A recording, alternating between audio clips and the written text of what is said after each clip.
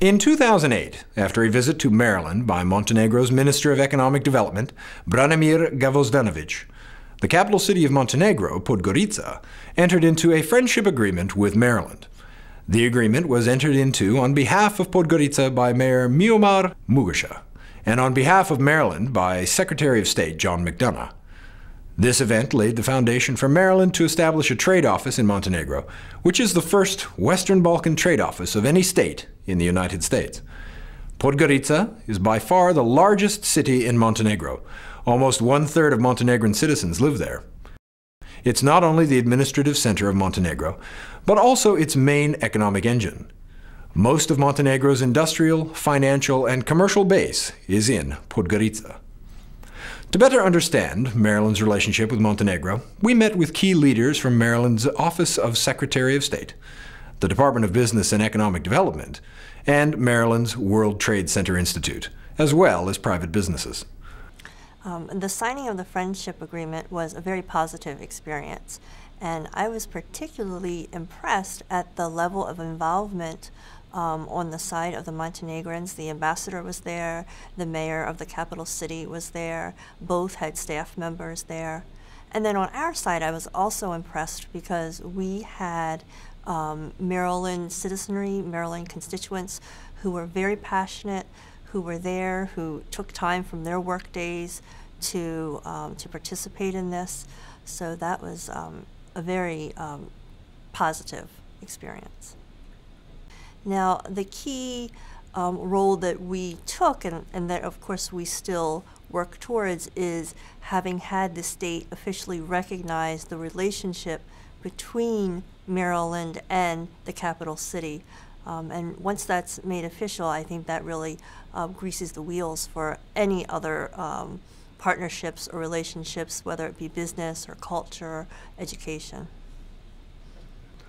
My name is Christian Johansson. I'm the Secretary of the Department of Business and Economic Development. The department is charged with promoting business and investment in the state of Maryland.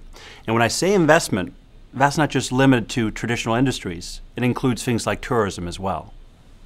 We have offices all around the world to help foreign companies invest in Maryland and consequently do business in the United States. And so we have one in Montenegro, and we have delegations from Montenegro come here. We help them navigate the United States. We show them how to do business here. We make sure that Maryland is the most welcoming place for them to come to open up an office and to be a part of our community. In March 2008, the World Trade Center Institute, one of Maryland's top international trade centers, hosted an awards ceremony in which the Governor of Maryland, Martin O'Malley, met with a visiting delegation from Montenegro. This event also marked the first public announcement to Maryland citizenry of its trade office in Podgorica. The delegation's attendance at this event offered Montenegro great exposure to over 300 international businesses located or doing business in Maryland. But we have not only some of the leading institutions of science and discovery and higher learning. In fact, the Milken Institute moved us up in our life science and biotech ranking from 4th in the country to 2nd in the country. And we also have one of America's most highly skilled workforces, according to Forbes. But this year, Education Week magazine said that your public school system, Maryland's public school system, is the best, the #1 public school system in the United States of America.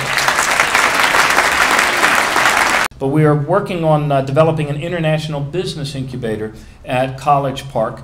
And this will be our state's first incubator, which is dedicated exclusively to nurturing foreign companies, providing them with access to the resources that they need to grow. In the past year, we've doubled our international footprint. Carbon footprint, we want to shrink. International footprint, we want to grow. And so we are growing that in South Korea at no upfront expense to taxpayers, in South Korea, in Japan, in South Africa, Brazil, Canada, and Montenegro. In fact, we have some folks here from Montenegro who are with us tonight. We also have a great international visitors program where we host delegations from all over the world, and we schedule business meetings for them and culture activities in a wide array of topics. It could be related to the security, public transportation, or health administration, health insurance policies in the United States.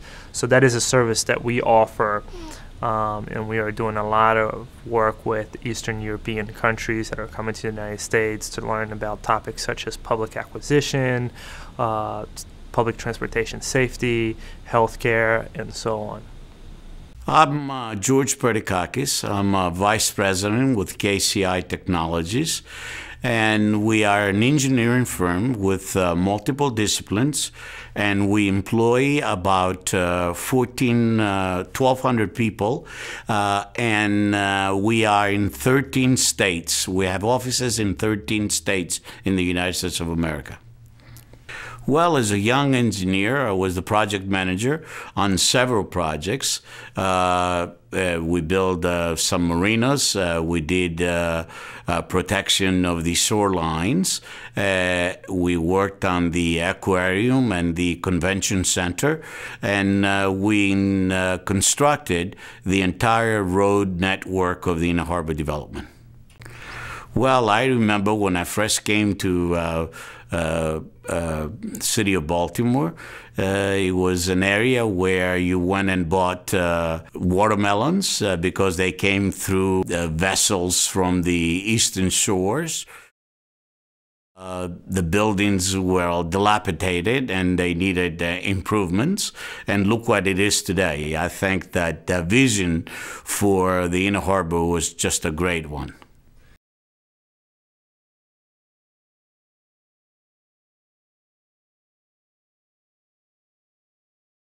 I am very, very interested on the port areas of Montenegro. I'm very interested for us to make a contribution to something like that.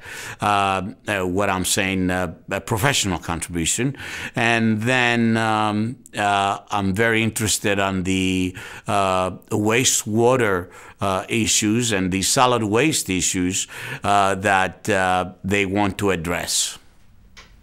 I think that Montenegro could be the gateway to the Western Balkans for Marylanders. And I hope that Maryland could be the gateway for folks from Montenegro to the eastern seaboard of the United States.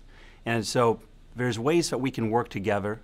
And so the industries here, the key and core ones, you take bio and life sciences. You may not know, but apart from having many great companies here, the National Institutes of Health, the Food and Drug Administration, many of the key federal agencies which regulate bio and life sciences are right here within the state of Maryland.